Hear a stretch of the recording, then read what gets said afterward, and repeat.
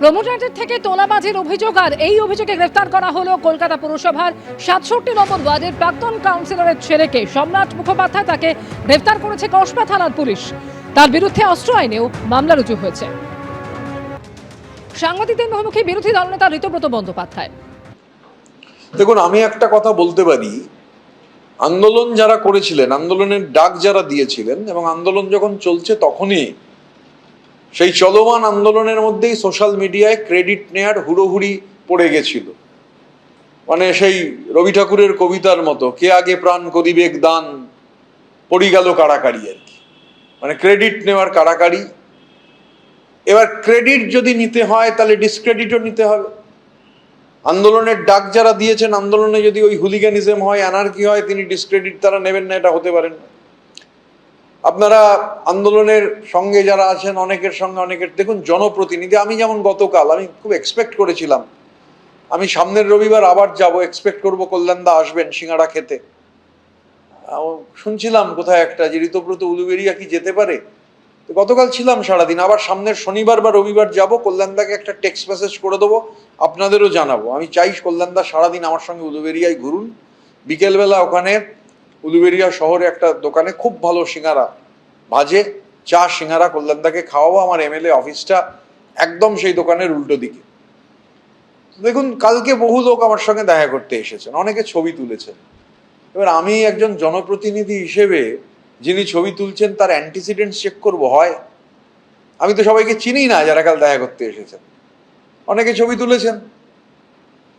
এবার সেই ছবি পরবর্তীকালে দেখা যায় যদি যে কেউ একটা কোনো গন্ডগোলের সঙ্গে জড়িত আছেন, একজন জনপ্রতিনিধি হিসেবে সবসময় অ্যান্টিসিডেন্টস চেক করে ছবি তোলা সম্ভব নয়। আর ঘটনাচক্রে অনেকে এসব কথা যারা বলছেন, বেলেঘাটার বিধায়ক, বেলেঘাটার বিধায়কের সে ছায়া সঙ্গী কি শক্তি প্রতাপ আর কি মৃত্যুঞ্জয়, শক্তিবাবু তো সদ্য জেলের ভাত টাত খেয়ে বেরিয়েছেন।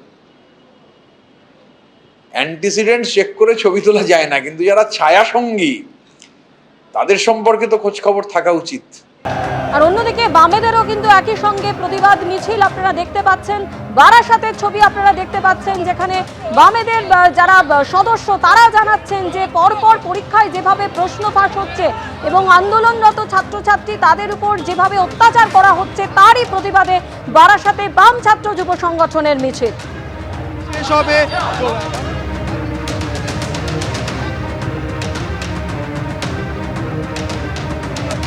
বারাসাতে বাম ছাত্র যুব সংগঠনের মিছিল, এবং এই বাম ছাত্র যুব সংগঠনের সদস্যরা তারা বলছেন শুধু নিটই নয়, পরপর যেভাবে পরীক্ষার প্রশ্ন ফাঁস হচ্ছে, অন্যদিকে আন্দোলনরত ছাত্রছাত্রী তাদের উপর যেভাবে অত্যাচার করা হচ্ছে, তারই প্রতিবাদে তাদের এই মিছিল।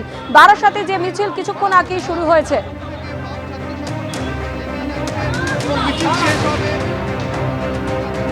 আমাদের প্রতিনিধি সমীরণ পাল এই মুহূর্তে আমাদের সঙ্গে রয়েছে। সমীরণ, এই মুহূর্তে মিছিলটি কোথায় রয়েছে? দেখো, এই মুহূর্তে মিছিল এসে পৌঁছেছে বারাসাতের 11 নম্বর রেলগেটে, অর্থাৎ বাম ছাত্র সংগঠন এবং তাদের মিছিল, এবং যে নিট কেলেঙ্কারি এবং তার প্রতিবাদে মিছিল, এবং তার পাশাপাশি যে তাদের আন্দোলনের জেরে ধর্মেন্দ্র প্রধান ইস্তফা দিতে বাধ্য হয়েছেন এবং সেই ঐতিহাসিক জয় বলে তারা মনে করছেন। শুধু তাই না, জাতীয় শিক্ষানীতি বদলের দাবি এবং এই যে নিট কেলেঙ্কারির বিরুদ্ধে যে আন্দোলন করতে গিয়ে যে ছাত্রদেরকে মিথ্যা মামলায় ফাঁসানো হয়েছে, সেই সমস্ত মামলা প্রত্যাহার করতে হবে, একাধিক দাবি নিয়ে এই বাম ছাত্র সংগঠনের নেতৃত্বে তারা মিছিল শুরু করেছেন এবং তারা হেলাবরতলা থেকে মিছিল শুরু করে এবং 12 নম্বর জাতীয় সড়ক ধরে বারাসাতের কলোনি মোড় হয়ে 11 নম্বর রেলগেট প্রসাদনগর হয়ে এই মুহূর্তে এসে পৌঁছেছে ডাকবাংলো মোড়ের কাছে। ডাকবাংলো মোড়ে গিয়ে এই মিছিল শেষ হবে। ধন্যবাদ। এবিপি আনন্দ, এগিয়ে থাকে, এগিয়ে রাখে।